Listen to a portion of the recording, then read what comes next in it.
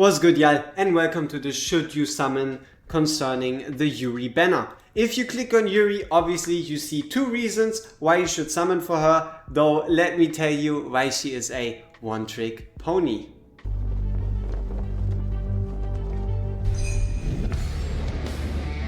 Our research begins. We all know about Artemis already. We'll get briefly to him at the end of this video. Though for now, let's have a look at the only place where YURI has a space. And that is and has to be Anti-Air Arena. So let's briefly give you a quick idea on why. The answer is range Unga Bunga. Sounds stupid, but the reason why she has exactly one space in this game, that is Anti-Air Arena, is because Anti-Air Arena doesn't have that many enemies.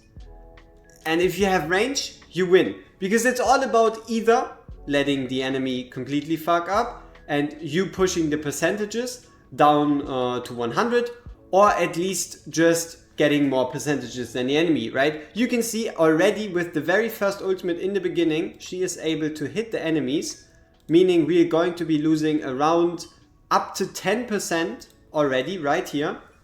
So we're down 12% already. Let's actually move ourselves a bit over here. And then you see she also still keeps up, especially with this big orb when it comes to just normal basic attack damage on the sealers. The gear on both sides is basically equal, and it is around the level of Apex Overlord gear. You could call it low Apex Overlord gear when it comes to like the whole level of gear. So yeah, this kind of scenario right here is going to be pretty much repeating. We will be able to get a couple percentages back, but what you're really going to notice is that there's going to be waves that are going to be defeated before we even have a chance to do anything about them. So Nyx obviously here could have been placed slightly earlier, but it really doesn't make too much of a difference. So the main selling points right here, you see, before the enemies even moved into the range of sealers, they already got killed off by her ultimate, which means she'll also be getting that ultimate back. And then right here, even as soon as the enemies come in, we trigger our ultimate, and you see we're 26% behind, okay? So basically, if you do not have an Ingrid or don't face an Ingrid, you don't really stand a chance beating a well-built YURI or overall a well-built YURI team. There can be situations where a YURI, for example, fucks up. It's always easier to win on offense rather than make a proper defense, but that's just the way Arena works. At least you now, for example, save your gear. Like you see here, for example, our Nyx is doing slightly more damage, so we're going to be slightly faster on the Nyx kill, or I guess not. But yeah, it really is a simple one of you just can't out damage her, right? You're just not gonna be able to kill the units fast enough because they don't even enter the range. Sealers can do as much damage as he wants, which is obviously more than what a YURI can do. She just does it faster, right? She just starts earlier, and that's the way Anti-Air Arena works. So this is pretty much the reason why she's a one-trick pony. She works in Anti-Air Arena because there is no comparable unit currently in the game that has the same range she has at the same cost. She costs 12. Her range is really far, considering the fact that she does only cost 12. And it's gonna be close fights, but because you're going to be able to beat these early rounds, you pretty much win, right? You can hit them before they enter the proper range, and then you end up with something like this where you have like a 10%, 20% score difference. Is it possible to beat an Ingrid team with this? Potentially. Like, it is very possible, but you have to be in a you have to be in a fair DPS range, right? You have to be in a comparable range when it comes to gear and awakenings. Furthermore, to even stay competitive. I know for those of you, oh, can I hit Apex Overlord now on Anti-Air Arena because I now have her? there's another condition, and that is you need at least a A3 Nyx, where you get 50 rage when killing an enemy, but preferably you want to at A5, though that's kind of the base requirement. If you don't have an A3 or A5 Nyx, even YURI isn't going to save you. So that's number one. And then number two is, what's the issue with a one-trick pony?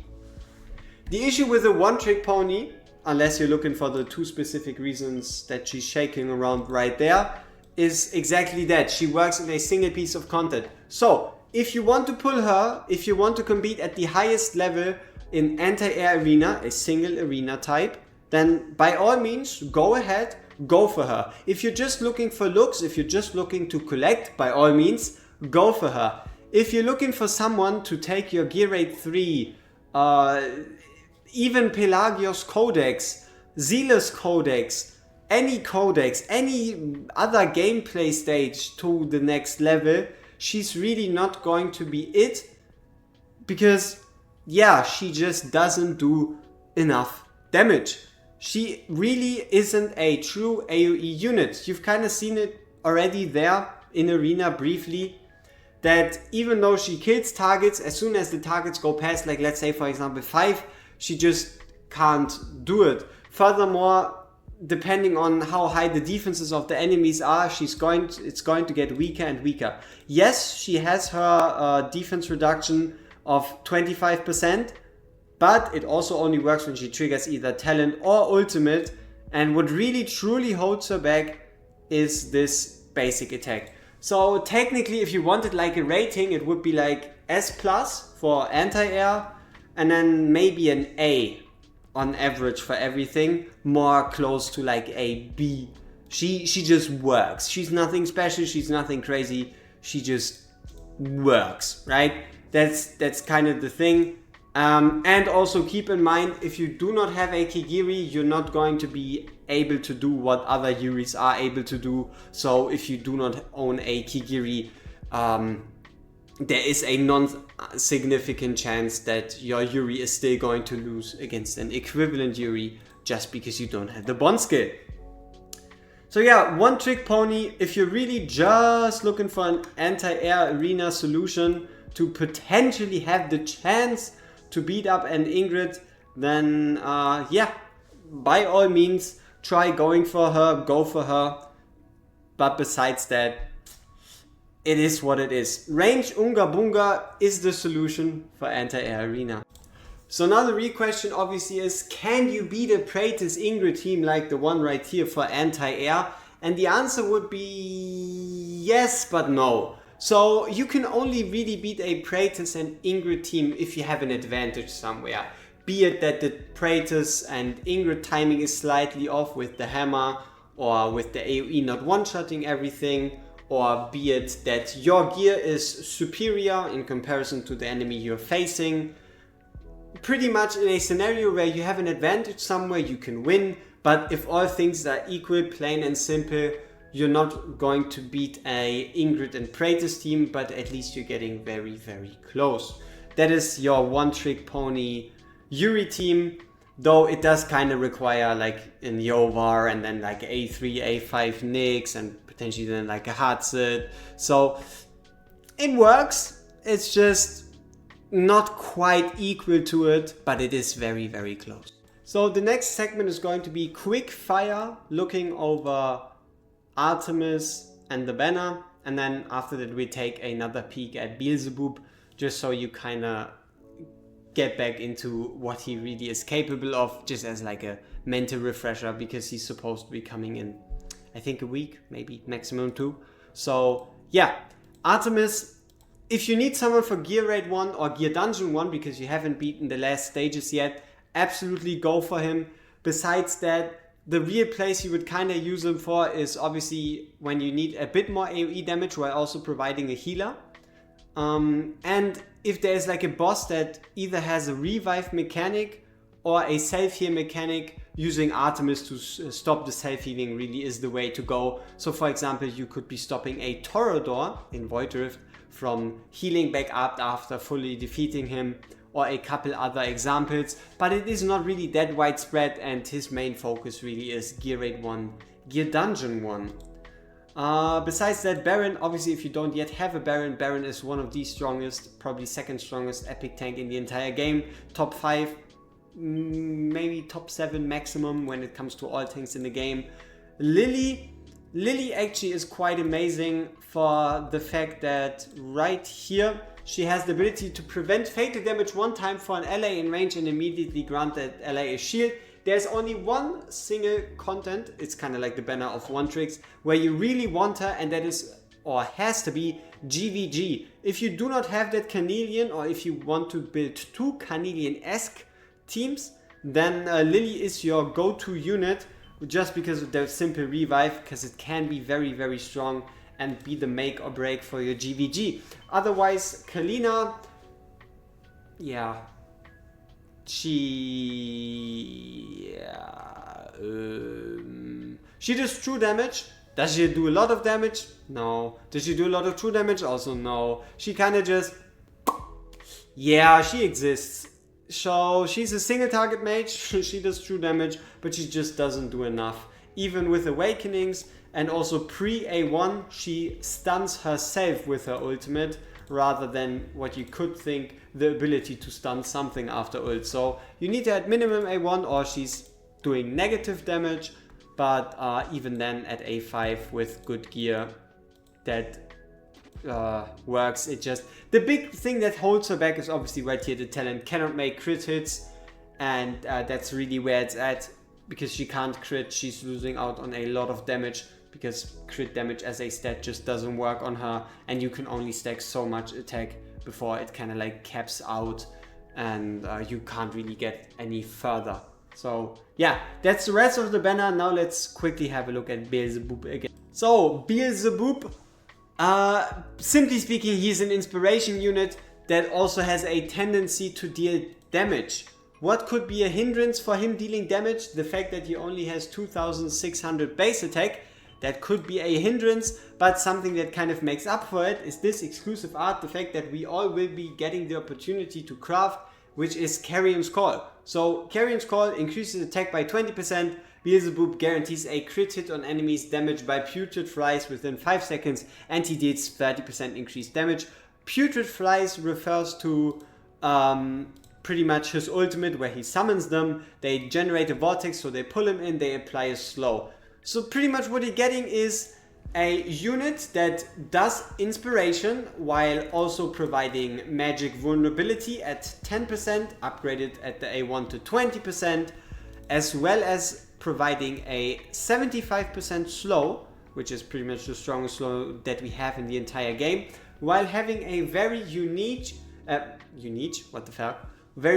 range of 4 tiles in front and then the 3 to the side. So it's pretty much a Lord bonus piercer, right? A standard marksman that has a Lord bonus on top of it. On top of that, you also have the inspiration effect right here. While you apply inspiration to units during your ultimate, he also reduces the attack interval of allied summoned units. Otherwise, there is something very, very important where you would need a lot of copies for, and that is right here, this A3. So the whole trick with the A3 is that Beelzebub can restore his own rage past 0% when he ults. So he's going to ult, and his ult is going to be on for 22 seconds. During these 22 seconds, every single basic attack is going to be restoring 2% rage. So let's say he has his ultimate active and he does 10 basic attacks in that 22 second window. That means after his ultimate has run its course, he's going to be coming out of it with 20% additional rage. And this is where it gets important. So inspiration units always have a use somewhere. They are always quite important.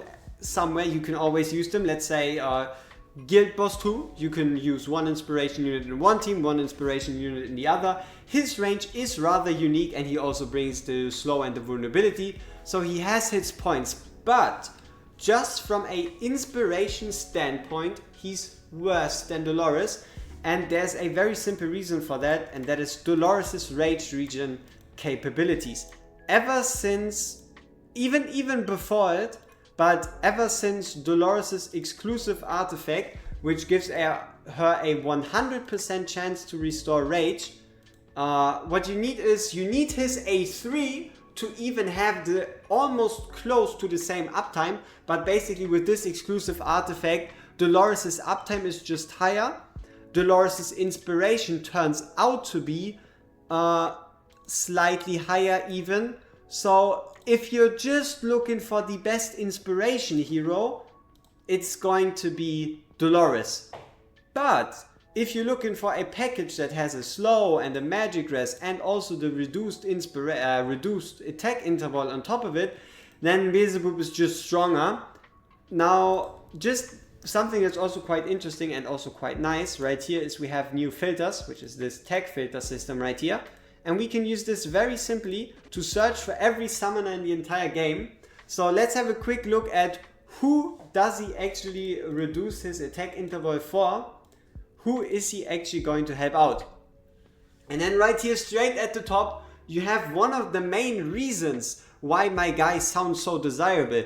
If you have all of the 3 Wukong clones in his attack range, that means every single Wukong clone then has the ability to obviously do 100% of the hero's attributes and then deal 40% damage, right? But, and then if you take a look at it, at the A3, every single clone attacks more because the attack interval gets cut by 30%. So then every clone has even more chances to trigger these golden glares, while then also giving more thunder stacks. So yeah, Wukong is by far the biggest benefitor when it comes to units that look to be the target audience for Beelzebub. Otherwise you have Norvras, who's by no means bad, but he just doesn't have all that much relevance in endgame content. Cade, you could argue, has some niche usage in certain pieces of content, but nothing really too specific. And also he's not that overly reliant on his summons when it comes to his general kit. Anora, I don't even know if it works on her, because if we all remember Sanctity, she is immune to most buffs and debuffs, so it's probably just going to end up being it's probably just not going to end up working on her, though at least in a summoner sense of a team, she does provide the 15% attack boost, right? Then you have right here Zaris, who is obviously super strong upon his first deployment, even stronger if you cut it down by 30%. But he is indeed going to get weaker over time the longer the fight goes on, because it reduces the amount of times he summons the Souls of the Damned. And also the A1 only works for the extra for the first deployment. Same goes for the talent, where he only summons the Souls of the Damned for the first deployment. So it might create some really crazy burst that does a disgusting amount of damage on Zaris.